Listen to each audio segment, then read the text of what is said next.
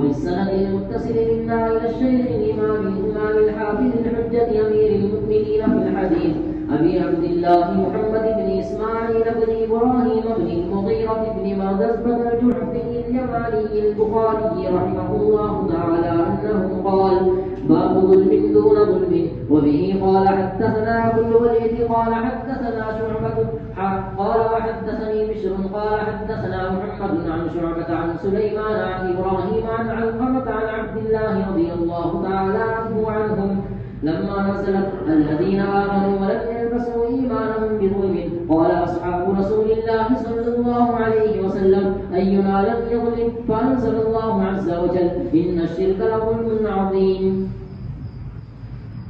بسم الله الرحمن الرحيم.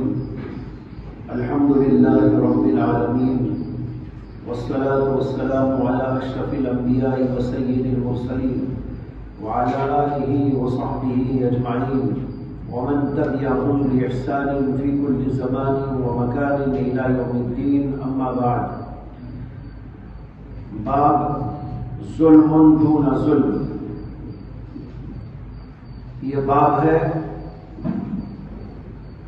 اس بات کا کہ ایک ظلم دوسرے ظلم سے کم درجے کا ہوتا ہے. دون کے معنی ادنا کے ہیں.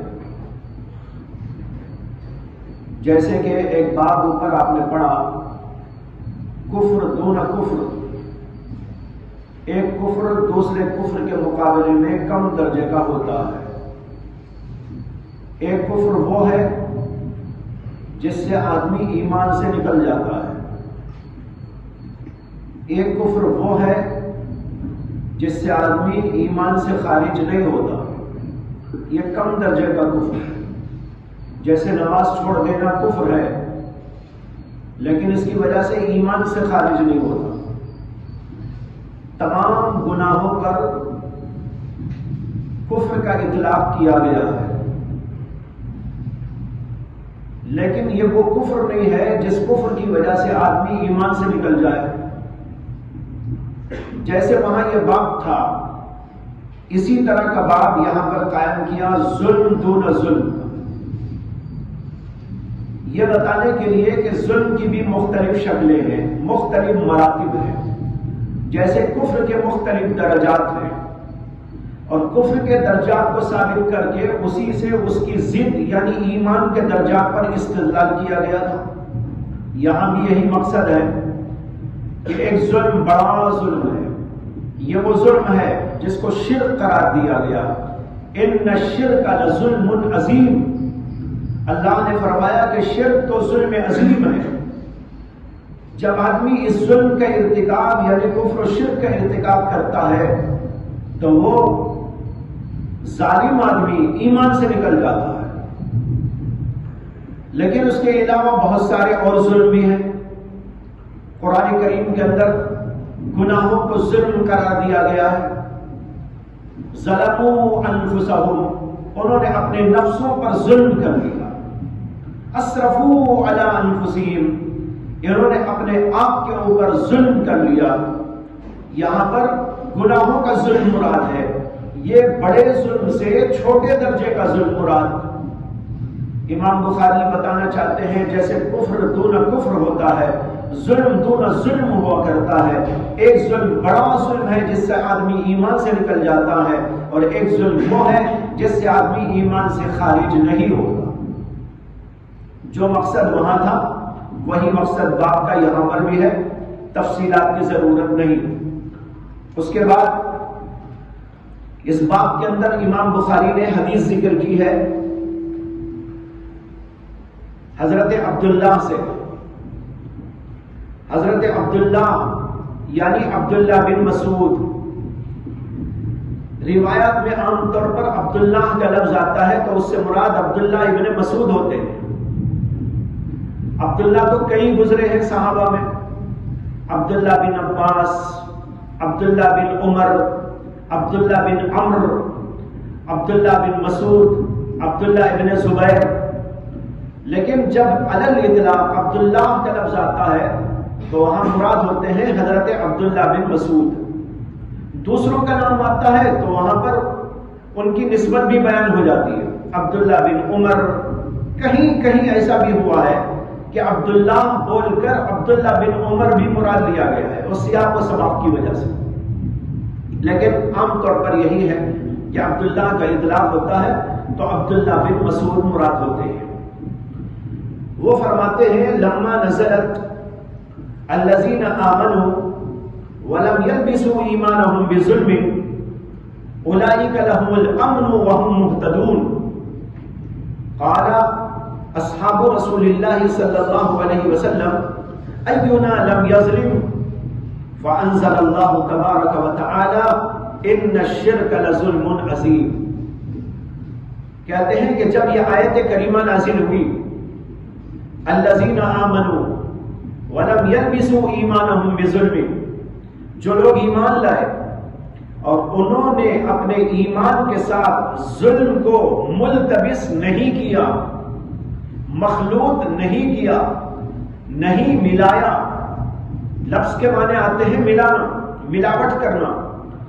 وَلَمْ يَلْبِسُوا إِيمَانَهُمْ، انہوں نے اپنے ایمان کو نہیں ملایا بِظُلْمٍ، ظلم کے ساتھ. أُولَئِكَ لَهُمُ الْأَمْنُ، ایسے ہی لوگوں کے لیے امن ہے، نجات ہے.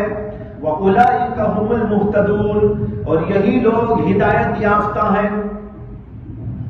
جب یہ آیت کریمہ نازل ہوئی حضرات صحابہ پریشان ہو گئے، گھبرا اٹھے، نیندیں ان کی حرام ہو گئی، بے چین ہو کر اللہ کے رسول علیہ السلام کی خدمت میں پہنچے اور جا کر عرض کیا کہ یا رسول اللہ اینا لم یظلم. قرآن کہتا ہے کہ جنہوں نے ظلم نہیں کیا، اپنے ایمان کو ظلم سے مکس نہیں کیا، مخلوط نہیں کیا، وہی امن والے ہیں، وہی نجات والے ہیں. ہم میں سے کون ہے جس نے ظلم نہیں کیا؟ ہر آدمی نے کچھ نہ کچھ ظلم کی شکل اختیار کی ہوگی، کچھ نہ کچھ اونچ نیچ انسان سے ہو ہی جاتی ہے.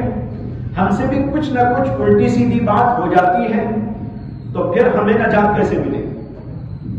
قرآن تو کہتا ہے کہ نجات اسی کے لیے ہے جس نے اپنے ایمان کے ساتھ ظلم کو مخلوط نہیں کیا، اور ہم میں سے کوئی بھی اس سے بچا ہوا نہیں ہے، تو پھر ہم نجات کیسے پائیں گے؟ فَأَنزَلَ اللَّهُ تَبَارَكَ وَتَعَالَى، اللہ نے اس کے جواب کے اندر قرآن میں آیت نازل کی ان الشرک لظلم عظیم، بلا شبہ شرک ظلم عظیم ہے. یہ حدیث ہے جو آپ کے سامنے ہے، اس کے اندر چند بحثیں ہیں.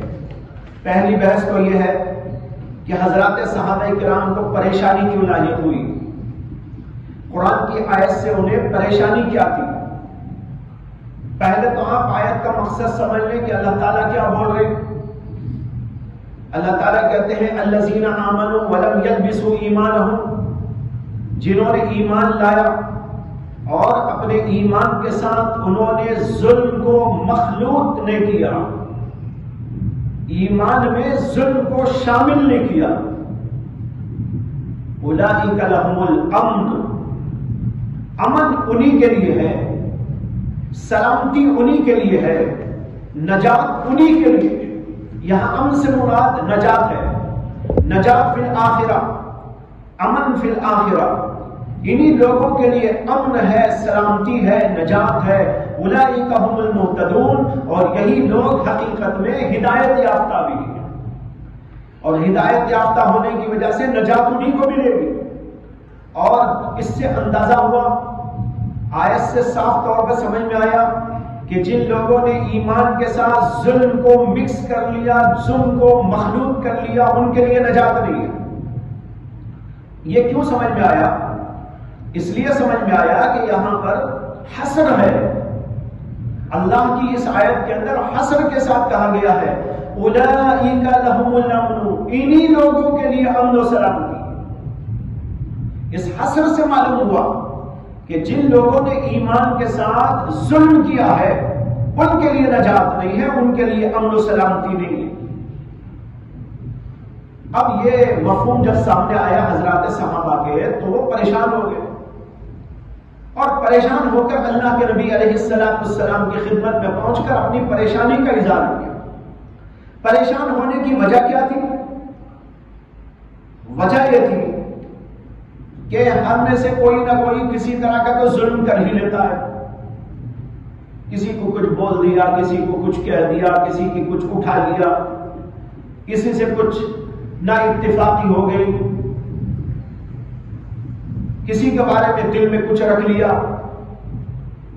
کچھ نہ کچھ اس طرح کی باتیں ایک دوسرے کے ساتھ میں پیش آ ہی جاتی ہیں۔ تو پھر ہم میں نجات والا کون ہے؟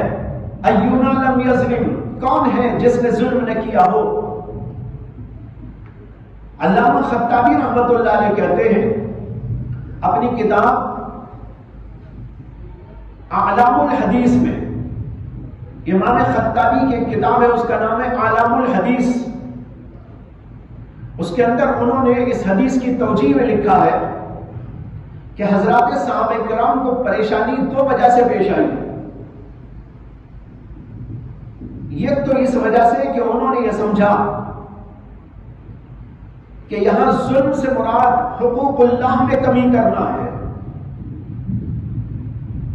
حقوق العباد میں کمی کرنا ہے، حقوق اللہ نہیں، حقوق العباد میں کمی کرنا ہے۔ آپس میں رہتے سہتے کسی نہ کسی سے کچھ نہ کچھ ایسی بات ہو جاتی ہے جس سے اس کی حق تلفی ہو جاتی ہے۔ انہوں نے سمجھا ظلم سے یہ مراد ہے، ماں کے حق میں کمی ہو گئی، باپ کے حق میں کمی ہو گئی، بھائی کے حق میں کچھ کمی کر ڈالی، یا کسی اور مسلمان کے حق میں کچھ کمی کر ڈالی، پڑوسی کے حق میں کچھ کمی کر ڈالی، اس کے حقوق کو ٹھیک طور پر ادا نہیں کیا، یہ ہے ظلم۔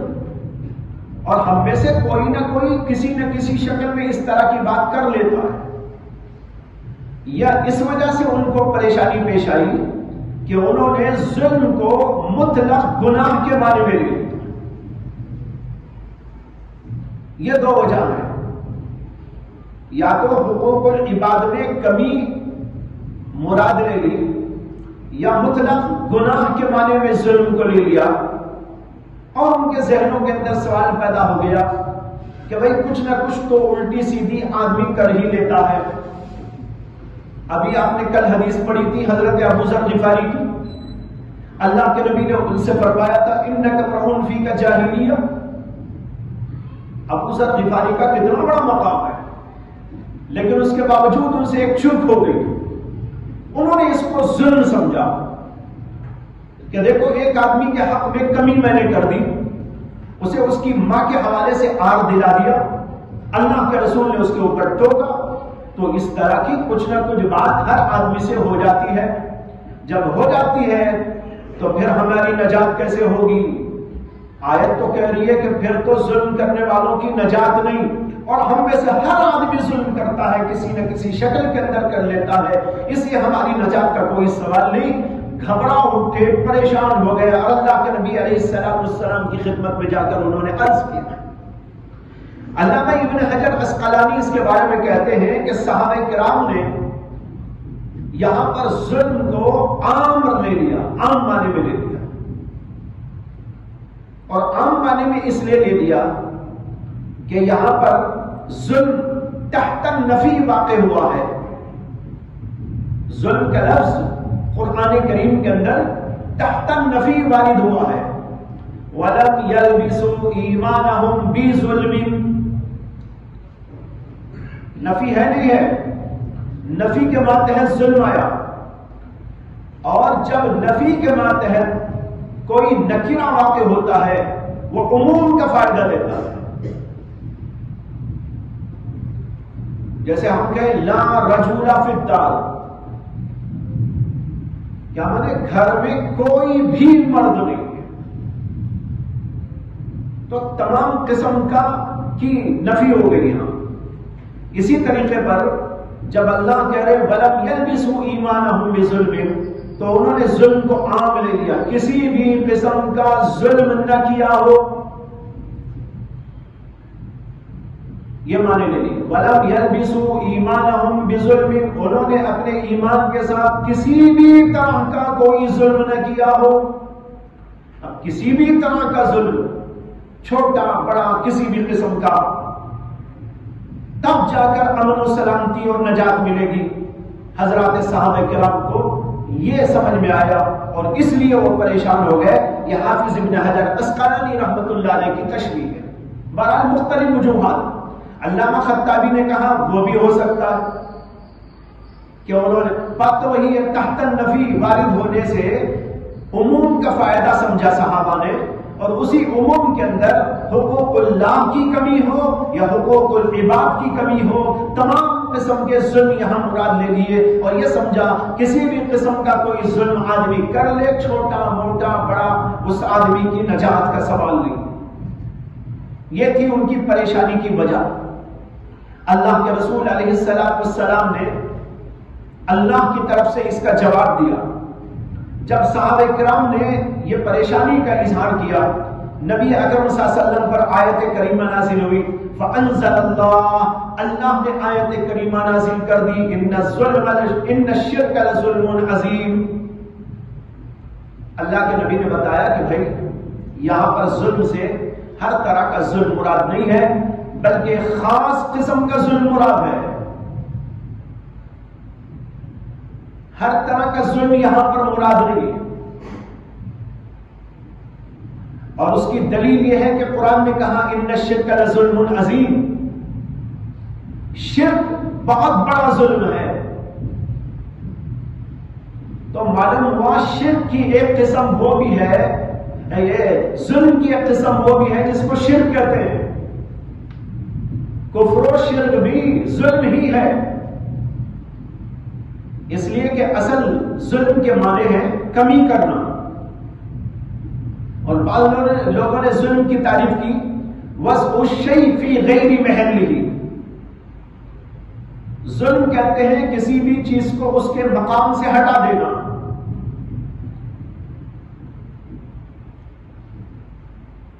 جوتے کا مقام جوتے کی جگہ،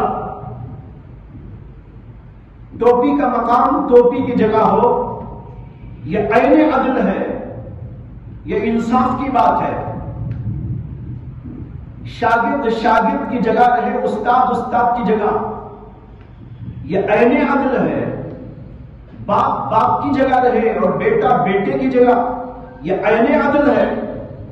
لیکن اگر کوئی آدمی اس کا الٹا کر دے، جوتے کو لا کر سر پہ رکھ لے اور امامہ لے جا کے جوتوں کی جگہ رکھ دے، یہ ظلم ہوا کہ نہیں ہوا؟ اسی طرح باپ کی جگہ بیٹے کو رکھ دے، بیٹے کی جگہ باپ کو رکھ دے، استاد کی جگہ شاگرد کو رکھ دے، شاگرد کی جگہ استاد کو رکھ دے، یہ ظلم ہے۔ شرک کے اندر کیا ہوتا ہے؟ مخلوق کو خدائی کے درجے پر پہنچا دیا جاتا ہے۔ بتوں کو خدا سمجھ لیا جاتا ہے۔ ارے خدا تو وہ ہے جو زمینوں آسمانوں کا پیدا کرنے والا، چاند و سورج کا بنانے والا، انسانوں جنات اور ملائک کو پیدا کرنے والا، شجر اور حجر کا خالق و مالک، نظام کائنات کا چلانے والا، پوری اس دنیا کے نظام کو اپنے ہاتھ میں اور کنٹرول میں رکھنے والا خدا وہ ہوتا ہے جس کے اختیار میں سب کچھ ہوتا ہے۔ لیکن ان لوگوں نے عام مخلوق کو اور مختلف قسم کی مخلوقات کو اللہ کے برابر قرار دے دیا اور اس کی پوجا کرنے لگے۔ بتاؤ کہ یہ ظلم ہوا کہ نہیں ہوا؟ اور ظلم میں بھی جو ہے چھوٹا ظلم بھی ہوتا ہے، بڑا ظلم بھی ہوتا ہے۔ باپ کی جگہ بیٹے کو رکھ دے تو ظلم ہے، بڑے بھائی کی جگہ چھوٹے بھائی کو رکھ دے تو وہ بھی ظلم ہے۔ لیکن بیٹے اور باپ میں فرق کرنا بڑا ظلم ہے، بھائی بھائی میں فرق کرنا چھوٹا ظلم ہے۔ سمجھ میں آ رہی نا بات؟ ایک آدمی باپ کی جگہ بیٹے کو قرار دے دے، بڑا ظلم، اور ایک آدمی چھوٹے بھائی کو بڑے بھائی کی جگہ رکھ دے، وہ بھی ظلم ہے، لیکن اس کے مقابلے میں ذرا کم درجے کا ظلم ہے۔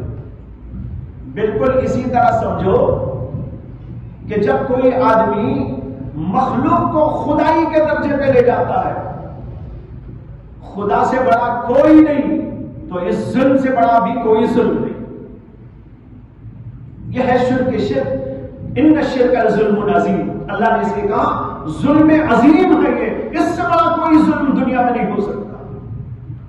اگر کوئی آدمی باپ کو بیٹے کی جگہ کر دے، بیٹے کو باپ کی جگہ کر دے، بھائی کو بڑے بھائی کو چھوٹے کی جگہ کر دے، چھوٹے بھائی کو بڑے بھائی کی جگہ کر دے، اور اسی طریقے پر ماں کو بیٹی کی جگہ کر دے، بیٹی کو ماں کی جگہ کر دے، شاگرد کو استاد کی جگہ کر دے، استاد کو شاگرد کی جگہ کر دے، یہ سب ظلم کی شکلیں ہیں۔ لیکن اگر مخلوق کو خدا کے درجے پر لے جائے تو اس سے بڑا کوئی ظلم نہیں، یہ سب سے بڑا ظلم ہے۔ اس لیے اللہ نے کہا ان الشرک لظلم عظیم۔ تو اللہ کے نبی علیہ السلام نے قرآن کی آیت کی روشنی میں حضرات صحابہ کرام کو جواب دیا اور فرمایا کہ تم لوگوں کو پریشان ہونے کی ضرورت نہیں ہے، اللہ جو فرما رہے اس میں یہ فرمانا چاہتے ہیں الذین آمنوا، جو لوگ ایمان لائے، ولم یلبسوا ایمانہم بظلم، اے ولم یلبسوا ایمانہم بشرک، جنہوں نے اپنے ایمان لانے کے بعد ایمان کو شرک سے ملوث نہیں کیا، شرکیہ کوئی کام نہیں کیا، شرکیہ کوئی عقیدہ نہیں قائم کیا، اولئک لہم الامن، ان کے لیے امن و سلامتی اور نجات ہے اور یہی ہدایت یافتہ ہیں۔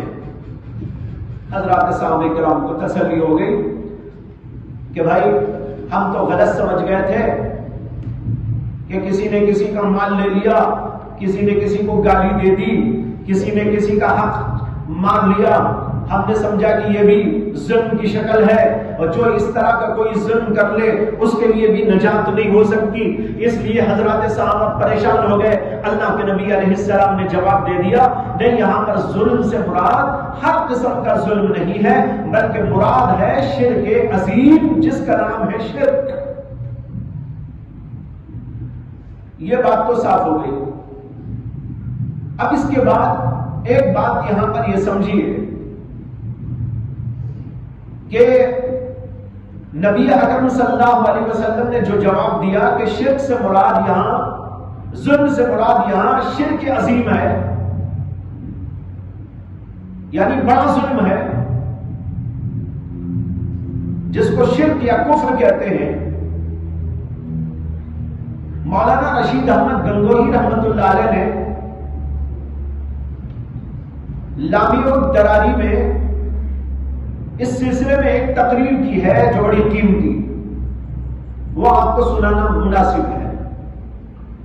حضرت کہتے ہیں کہ آیت زیر بحث میں ظلم سے شرک کیوں مراد لیا گیا، اس کی وجہ کیا ہے؟ ایک بہت قیمتی بات، ایک نکتے کی بات ہے۔ حضرت کہتے ہیں کہ اس کی وجہ یہ ہے کہ یہاں پر جو کہا گیا وَلَمْ يَلْبِسُوا ایمانہم، ایمان کے ساتھ ظلم کو مخلوط نہیں کیا، اس سے سمجھ میں آیا کہ جن لوگوں نے ایمان کے ساتھ ظلم کو مخلوط کر لیا ان کی نجات نہیں، یعنی شرک سے۔ تو اب یہاں ظلم سے شرک ہی کیوں مراد لیا؟ حضرت مولانا رشید احمد گنگوہی رحمت اللہ علیہ کہتے ہیں کہ اس کی وجہ دراصل یہ ہے کہ خلط جو ہوتا ہے دو چیزوں کے درمیان، وہ اسی وقت ہو سکتا ہے جب وہ دونوں چیزیں ایک ہی محل میں ہو، ایک ہی جگہ ہو، ایک ہی ظرف میں ہو، تبھی تو خلط ہوگا۔ اگر دو چیزیں دو الگ الگ جگہ پر ہو تو خلط نہیں ہو سکتا۔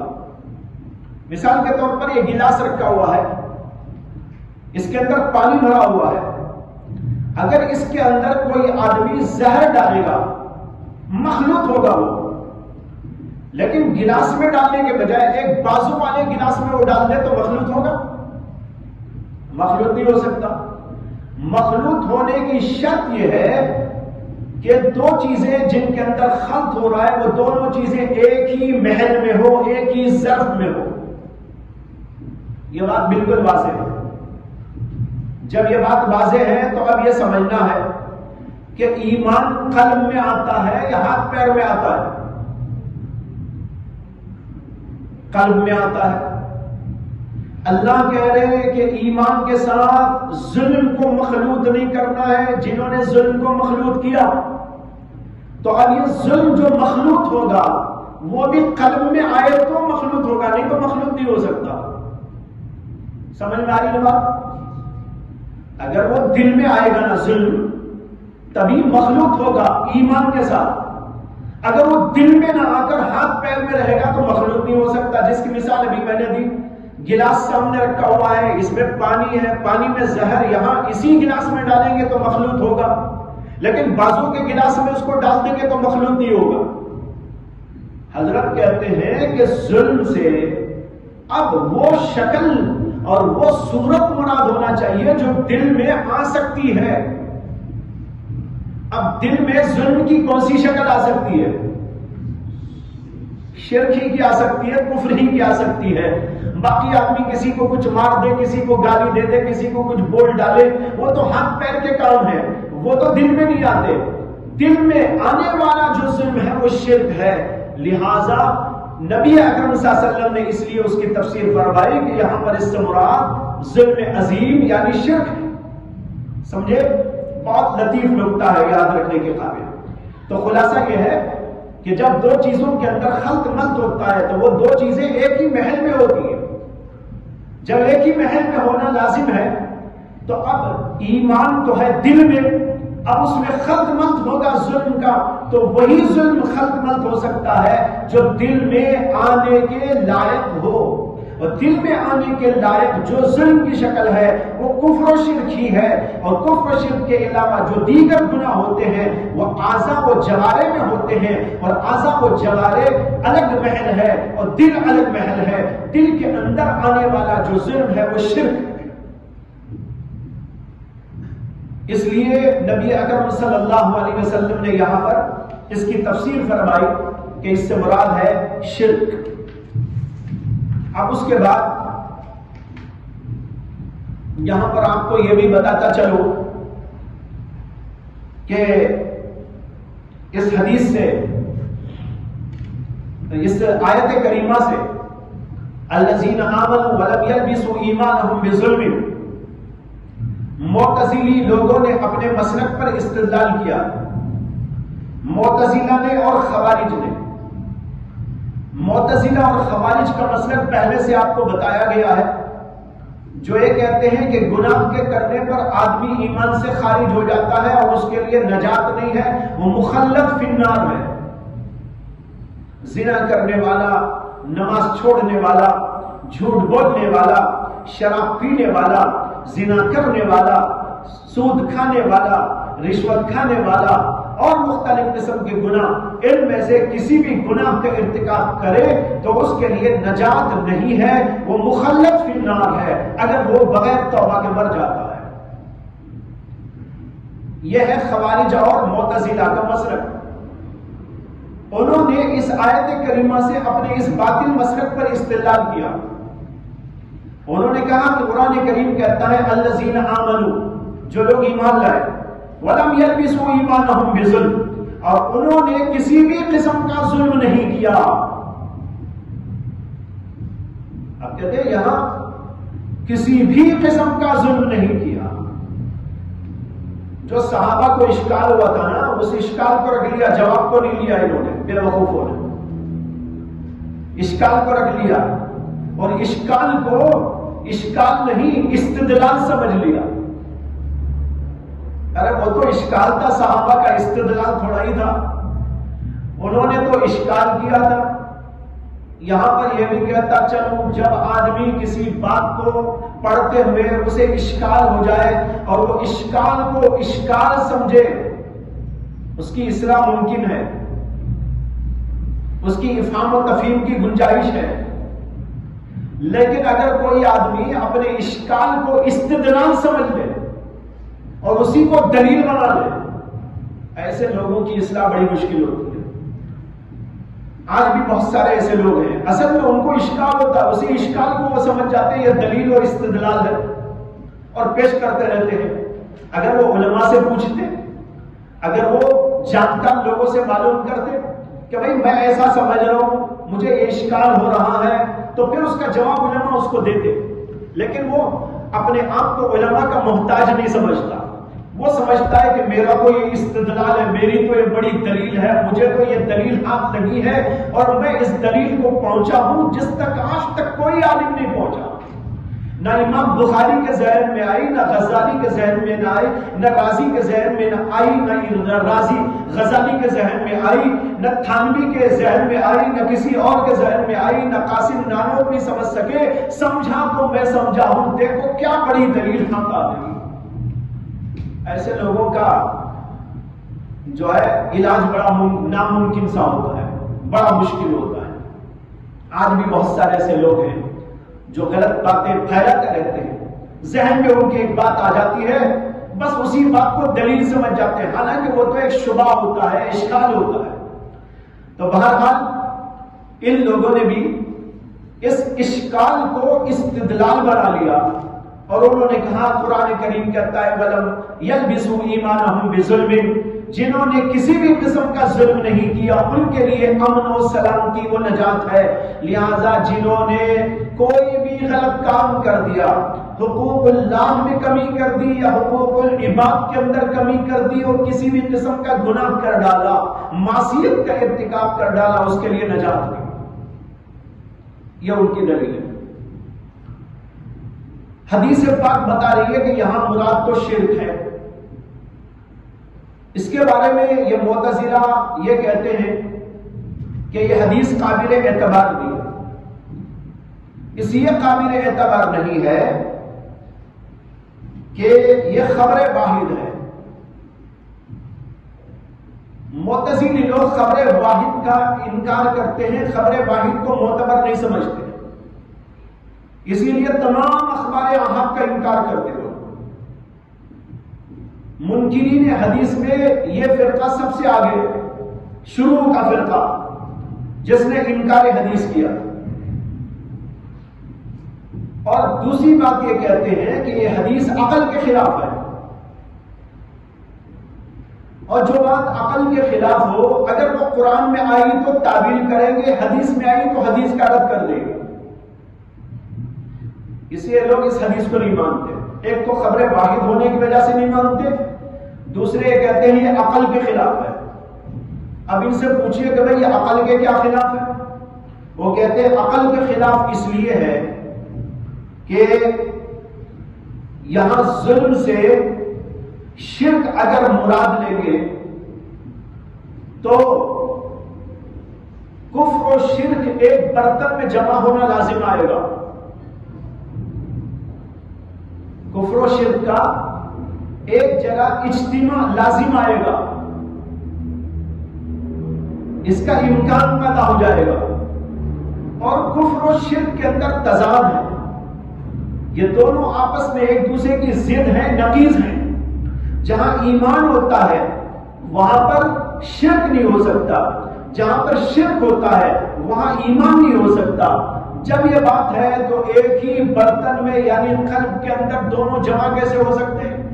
اور اللہ تو یہ کہہ رہے وَلَمْ يَلْبِسُوا إِيمَانَهُمْ بِظُلْمٍ، جنہوں نے اپنے ایمان کے ساتھ ظلم کو نہیں ملایا.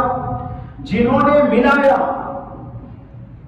جنہوں نے ملایا، ملانے کا امکان ہونا چاہیے. اور امکان اسی وقت ہو سکتا ہے جب آپ یہاں پر ظلم سے معصیت کو مراد لیں، شرک کو مراد نہ لیں. اگر شرک مراد لیتے ہیں تو آپ کو یہ ماننا پڑے گا کہ کچھ لوگ ایسے بھی ہوتے ہیں جو اپنے ایمان کے ساتھ شرک کو ملاتے ہیں، ان کی نجات نہیں ہوگی.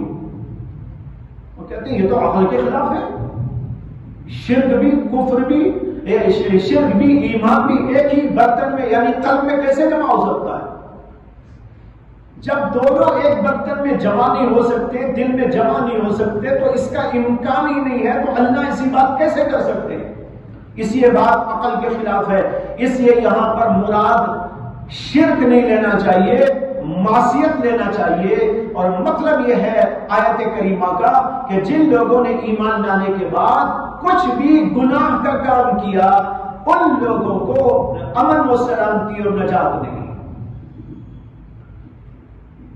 لیکن جیسے کہ کہتے ہیں نا جو لوگ باطل پرست ہوتے ہیں ان کی عقل عام طور پر خبت ہو جاتی ہے. یاد رکھو اسے, یہ ایسی بات نہیں ہے, حقیقی بات ہے.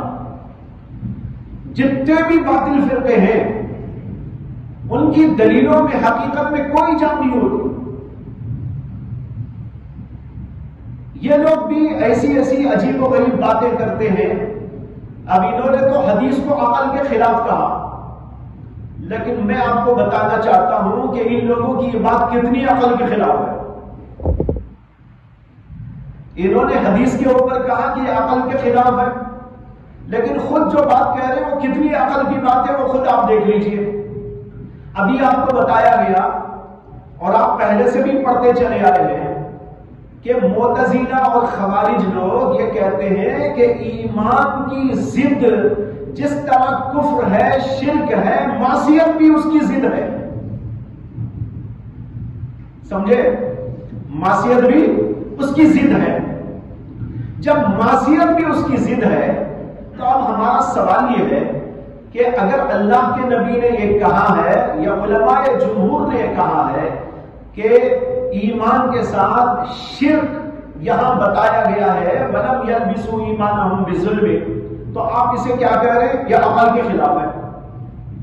اس لیے کہ ایمان میں اور شرک میں تضاد ہے, اور تمہارے نزدیک تو معصیت میں بھی ایمان میں بھی تو تضاد ہے, تو پھر وہ کیسے جمع ہو سکتا ہے؟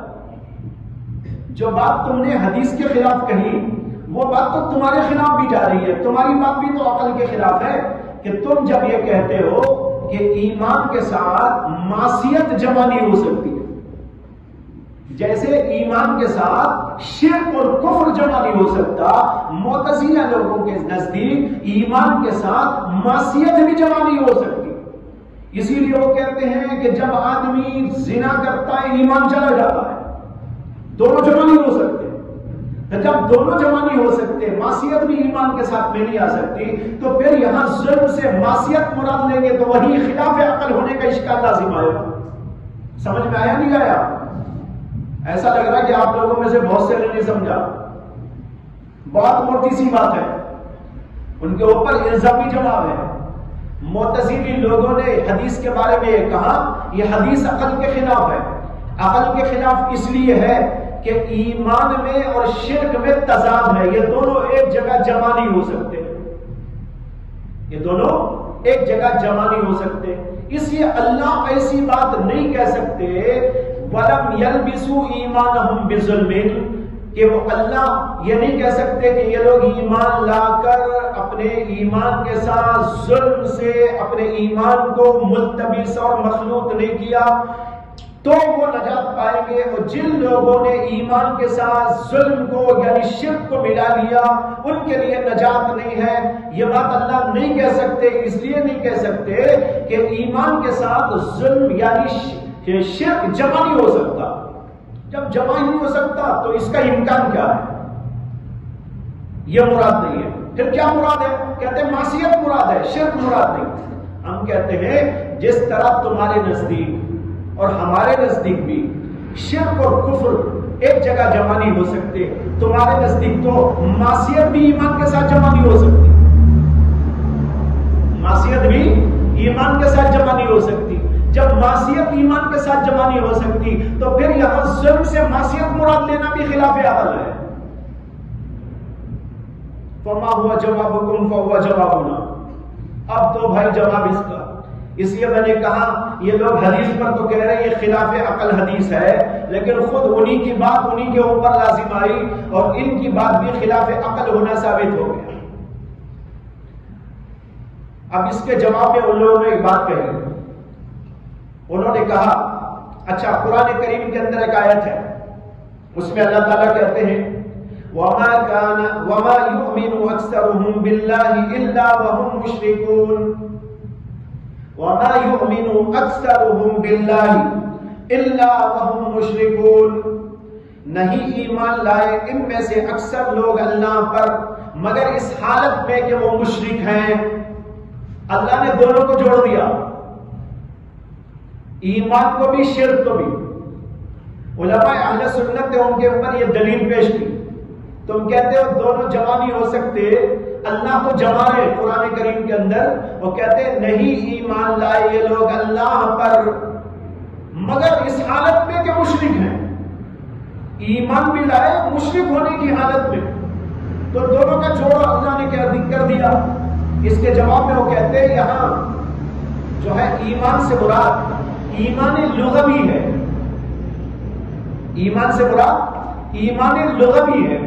ہم کہتے ہیں اگر یہاں ایمان لغوی مراد ہے، ایمان لغوی کیا ہے؟ تصدیق بالقلب، تصدیق بالقلب مراد ہے، تو ہم بھی آیت کے اندر وہی مراد لیں گے، الذین آمنوا، جو لوگ دل سے ایمان لائے، ولم یلبسوا ایمانہم بظلم، اور انہوں نے اپنے اس ایمان کے ساتھ ظلم کو مکس نہیں کیا، ظلم کو مخلوط نہیں کیا، انہی کے لیے امن و سلامتی ہے۔ اور جنہوں نے ظلم کو یعنی شرک کو ایمان کے ساتھ میں ملتبس کر لیا، ان کے لیے ایمان، ان کے لیے نجات نہیں ہے۔ تو جو تم کہتے ہو وہی ہم یہاں کہیں گے۔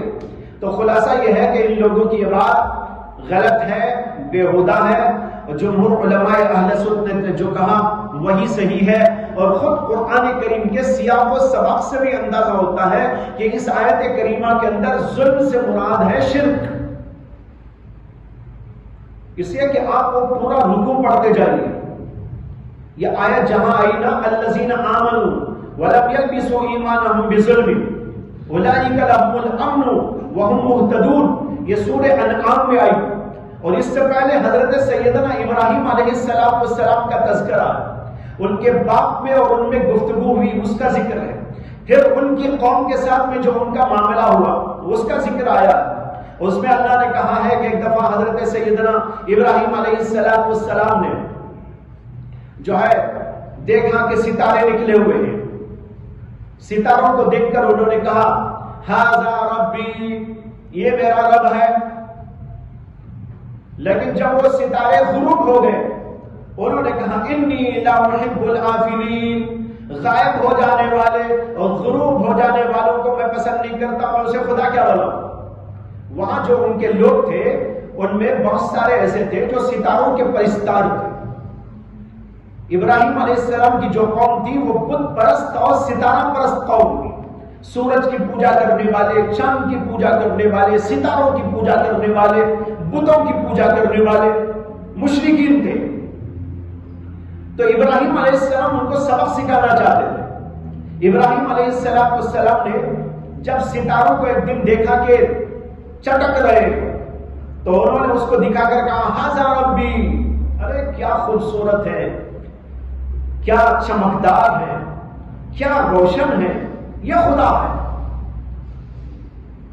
لیکن ان کو معلوم تھا تھوڑی دیر کے بعد یہ غروب بھی ہوں گے، ان کے لوگ تھے وہاں پر۔ ابراہیم علیہ السلام نے ان کے سامنے کہا ھذا ربی، کچھ دیر کے بعد جب وہ غروب ہونے لگے انہوں نے کہا انی لا احب الآفلین، میں تو غروب ہو جانے والوں کو پسند نہیں کرتا، یہ میرا خدا کیسے ہو سکتے؟ خدا تو ہوتا ہے جو ہمیشہ ہے، ہمیشہ رہے، ان کے اندر وہ صفت ہی نہیں ہے دائمی صفت، قدرت کی، جلالت کی، عظمت کی، یہ تو کسی کے تابع ہیں، آ رہے ہیں جا رہے ہیں، یہ خود کچھ طاقت و قدرت نہیں رکھتے، میں ان کو خدا نہیں مانتا۔ اس کے بعد دیکھا چاند نظر آ رہا، انہوں نے چاند کو دیکھ کر کہا فلما رأى القمر، جب انہوں نے چاند کو دیکھا قال ھذا ربی، یہ میرا رب ہے۔ ستارے چھوٹے چھوٹے نظر آتے ہیں تو حقیقت میں بہت بڑے، سائنسدان کہتے ہیں ایک ایک ستارہ اتنا بڑا ہے کہ ایک ستارے میں زمین کے جیسی مخلوق اربوں کھربوں اس کے اندر داخل ہو جائے گی، ایک ستارہ اتنا بڑا ہے۔ یہ سورج جو نظر آتا ہے ہمیں تو یہاں سے چھوٹا نظر آتا ہے، اور زمین بہت بڑی نظر آ رہی ہے، کہاں سے کہاں تک، وہ تو ہمارے علم میں بھی نہیں آتی کہاں سے کہاں تک پھیلی ہوئی، ہم تو صرف اپنے سامنے کی دیکھتے ہیں، سورج اتنا نظر آ رہا ہوگا، لیکن سائنسدانوں کی تحقیق ہے کہ ایک سورج کے اندر 13 لاکھ زمینیں داخل ہو سکتی ہیں۔ کتنی؟ 13